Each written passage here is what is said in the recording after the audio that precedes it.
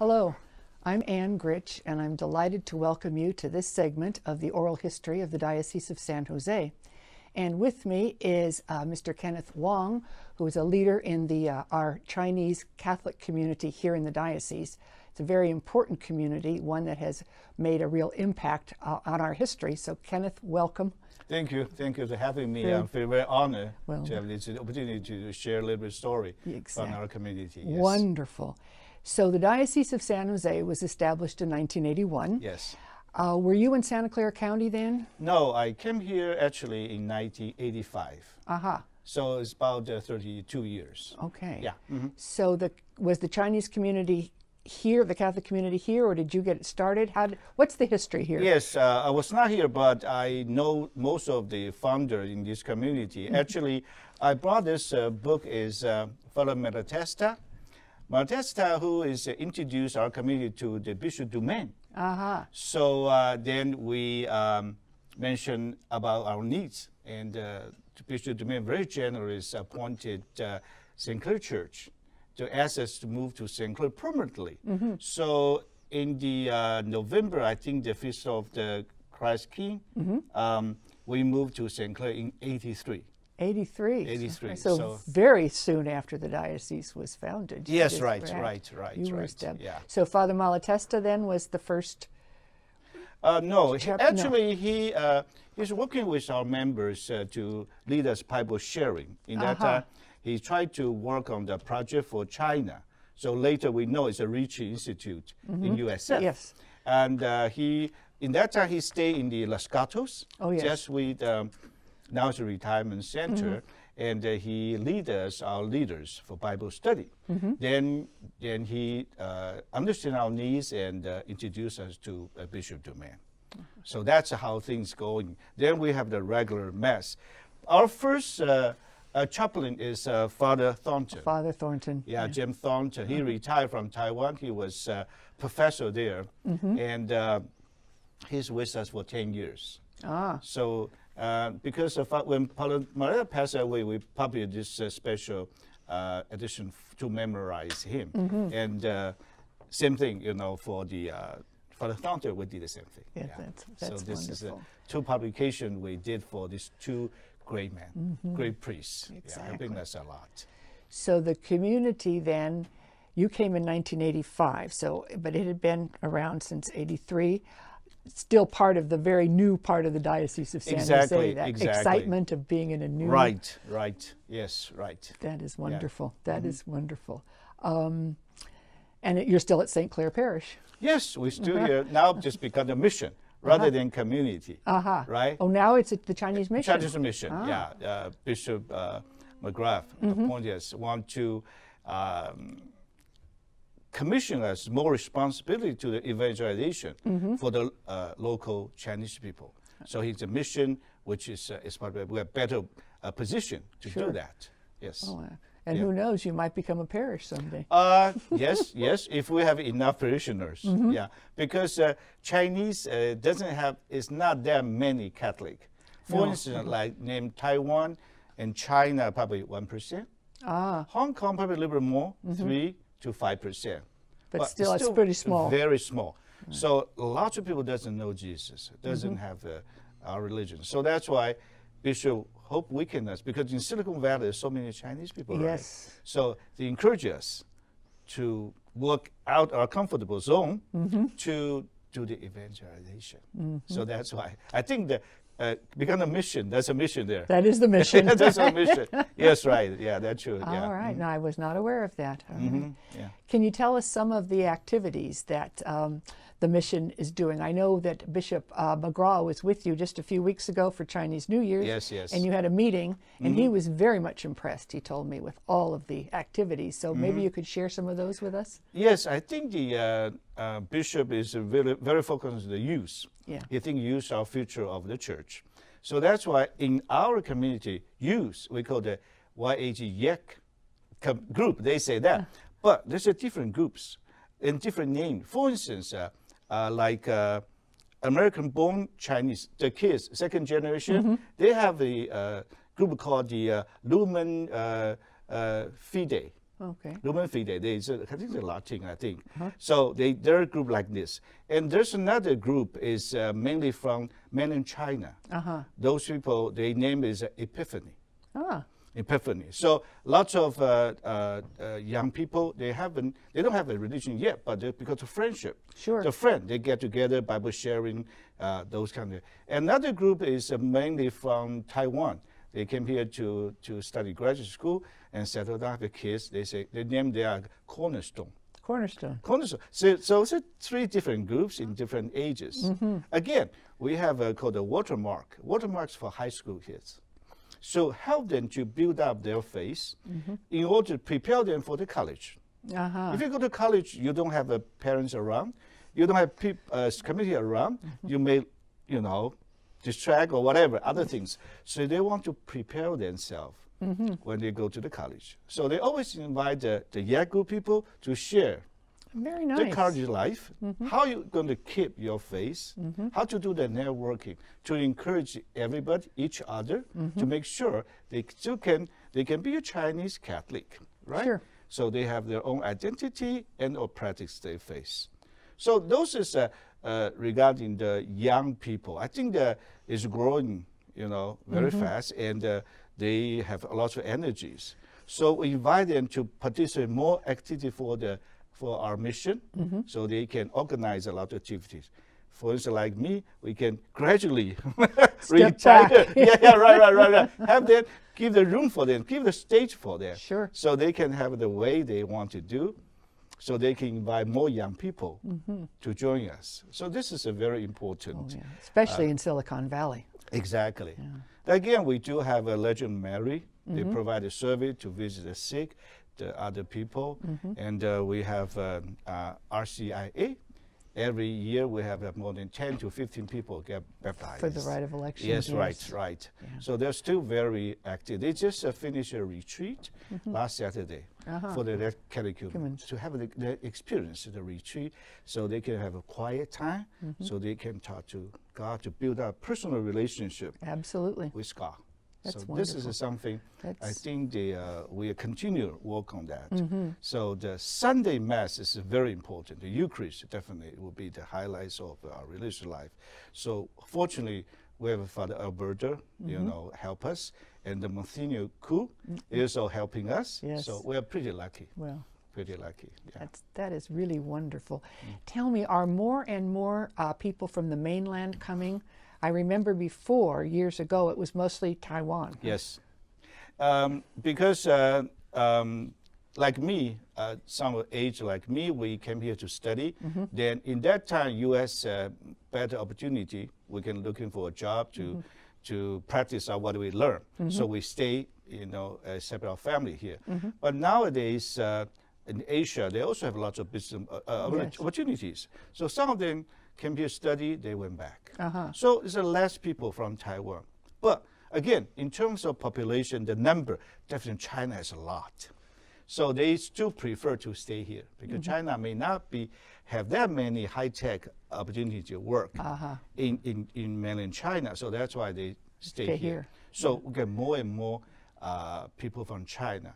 Then they probably will bring their parents, come here. So we have quite a lot. You can see the changes in our church. I bet. Yeah, there's lots of people from China.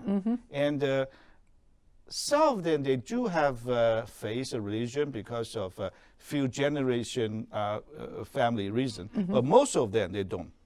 Yeah. Especially for young people. It's not they don't want it because they don't have the chance. Yeah, and they're not familiar. Yeah, so once they come here, then they're eager to know more, right? So that's why we provide that opportunity for them. So you can see more people from China. Right. I love the idea of the three groups. Now, do they ever get together? Yes, they sometimes work some project together for like Christmas. You need a big teamwork. Right. So they separate work. Okay, you be in charge of program, you to set up the table, then you order food, you prepare something like that. So they work as a team. So sometimes they take turns. We are very happy to see to let them do that. Exactly. exactly, yeah. I do remember a number of years ago, one of the youth groups from the Chinese mission went down to Tijuana. Yes, many years. That's called a watermark. Oh, those are the high school kids. Plus some college kids, some young adults, but mainly for the high school kids. We have been there for many years. I think it's wonderful. Many years. They, I think they share a lot of story. So that's give young people a lot of encouragement. Yeah. Oh, yeah. That's great. Yeah. That's great. Great program. Yeah. How would you describe the relationship with the Chinese mission and the diocese? This is a very important. I spend a lot of time. I think this is very important. You know, like Bishop McGrath, Bishop always said, this mosaic, right? Right. Everybody get peace. If we're missing one, it's not a complete picture. So I think to not only the we as a Chinese, we share a lot of things together, but we need to mingle with the local because it's a universal church. Sure. So that's why we participate quite a lot of. Before it's a community, sometimes officially you belong to a parish, but Bishop always treat Chinese community is independent. Absolutely. Give it lots of help. So that's why we do the same thing. So we feedback, we try to participate more about the diocese, like fundraising or other activities. So we just do whatever we can. We think this is very important. I just had a chance to talk to those young people. I encourage them to not only stay with, I would say, the ghetto. Okay, not only this, you guys feel very warm, but you have to do something else. So one of the young people, he organized a Night to Columbus. So we have our own chapter, whatever. You need 20 people. So it's been promoted for more than a year. So now we have our own. Then we can work with other Knights of Columbus. That's in great. The diocese. Sure. Yeah. So like Legend Mary, same thing. We work with diocese. So many things we can. And we can get benefit, like our CM teacher training. We get lots of support. The ILM. Yes. We have many people Yes, from the ILM, right? You do. Yeah, those people still in the community and provide a service to community. It's wonderful. Yeah, it is wonderful. And you've also provided some teachers for the ILM yes. too.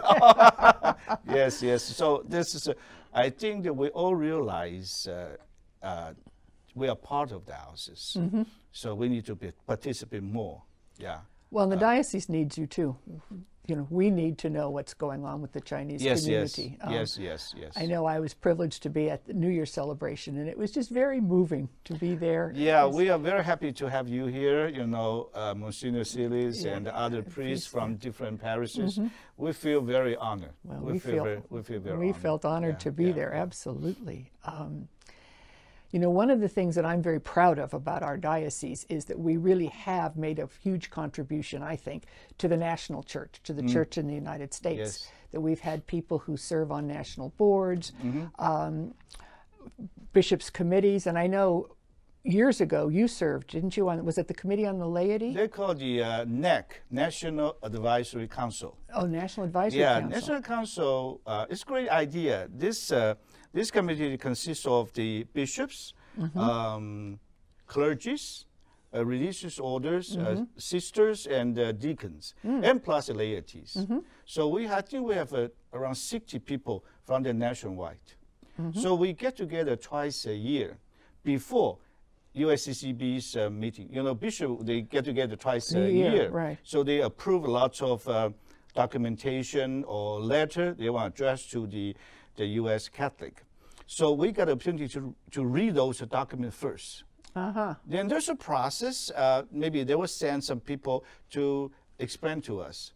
After that, we have a sort of a vote. There's 5 answers or whatever. Strongly agree, disagree, strongly disagree, neutral. So we will vote. So I remember a couple of times, majority say disagree or strongly disagree. So those documents did not publish. So they sent back to community after rewrite it. So that's something, that's a purpose. So they want to collect the consensus or feedback from different people, from the bishop to the laity. And throughout the country. Throughout the country. So we meet few weeks, 2 or 3 weeks before the USCCB's council meeting. Yeah, I learned quite a lot for those 4 years. I served there. I flew to, there's a retreat center in Baltimore. So I think I make every trip. In the first couple of times, I don't know too much about the process, but after that, I learned quite a lot.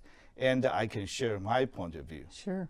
I remember one thing is very interesting is, I think the 1991, I worked with Sister Patricia Marie, who was the chancellor at that time.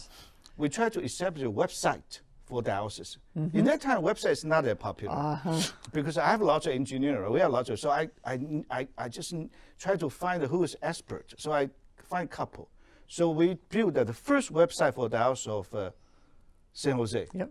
So I think the Valley Catholic, there's a publication, there's an article talk about that. So I make a copy. I brought to the NAC. All right. So they make a copies, give to everybody. In that time, I think only 1 or 2 dioceses, they talk about that. Not many people know about that.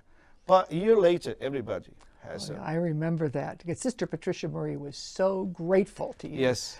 And in fact, I think I'm telling a story out of line, but she mentioned that some other diocese had said, well, how do you set up a website? And she said, go talk to your Chinese community.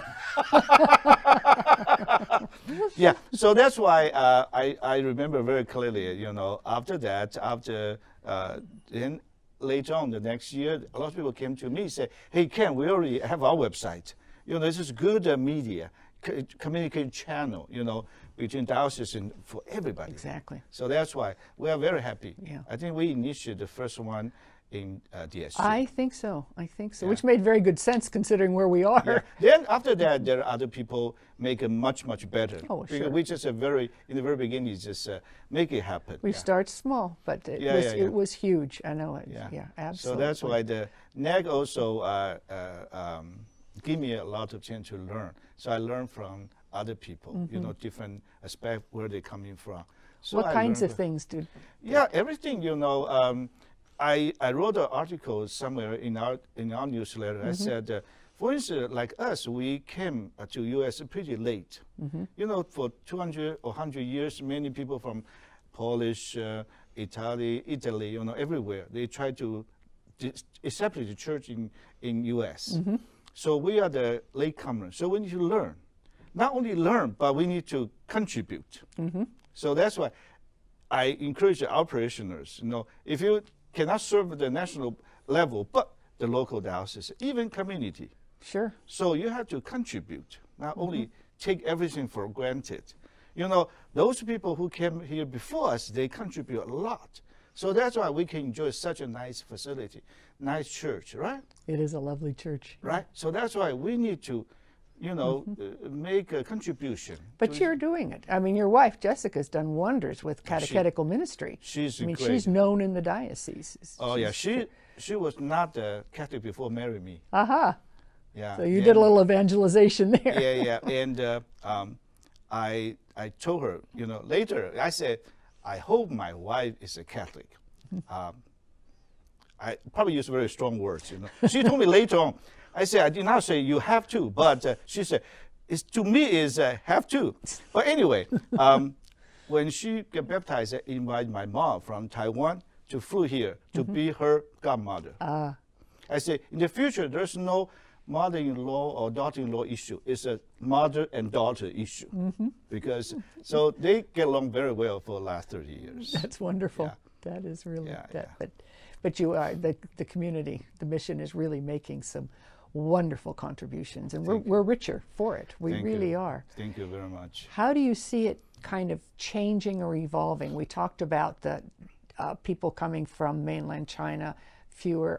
You do have the 2 language groups. Yes. Yeah, there's one's a Cantonese, mainly from Hong Kong, and the other is from the Mandarin. The Hong Kong people, they speak Cantonese, and they want to stay as unique. Okay, it's probably a language. It's difficult to mingle with people from Taiwan and mainland because people from mainland China and Taiwan, we speak Mandarin. So the culture. And they're 2 very different languages. They're very different. I probably can understand maybe 5%. Ah. Okay, this is a dialect. It's very not easy to understand the Cantonese, you know. But anyway, they are very nice people, and they like their way. We respect that. We respect. Sometimes we work together. Sometimes, like, for instance, Bishop came here for celebrate the Chinese New Year. Some of the representatives were from them to join us. And some of them are parish has some activities like summer event. They also will participate. We work together. Yeah, but they have their own services. There's and for the Mandarin, as you mentioned, you're getting more and more people from China. In terms of population, you know, China has 1.4 billion. So a little bit, there's lots of people. But most of them, they don't know Jesus. They don't have that kind of background. So we need to, when we do the RCIA program, it's a bit different from we work with people from Taiwan or Hong Kong. Because those people, they know God. They know some God, okay? Right. They believe there's a God. God, right. A But creator. from China, they don't believe. Yeah. So you have to start from that point of view, not talk about the Catholic or whatever. No. So, but the way we are working is to make friends first. Because they are newcomers, they need lots of information. Sure. How to settle down here, how to work with the kids. How to get a driver's license. A lot of things. So that's why we want to be the friends first to help them to take care of their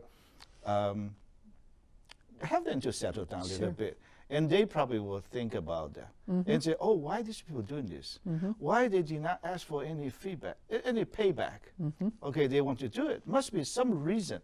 Then this is something behind is God. So they say, oh, I think I should do the same thing, right? So they will try to learn. Yeah, that's how we do the evangelization, how we approach it. It's very respectful too. It's not. We're trying to do that. Beating them over the head. No, yes. So far so good, and we have probably 15 people going to baptize this Easter. Wonderful. If nothing changed. If all goes well. Yeah, if it all goes well, I think probably more than 60% from China.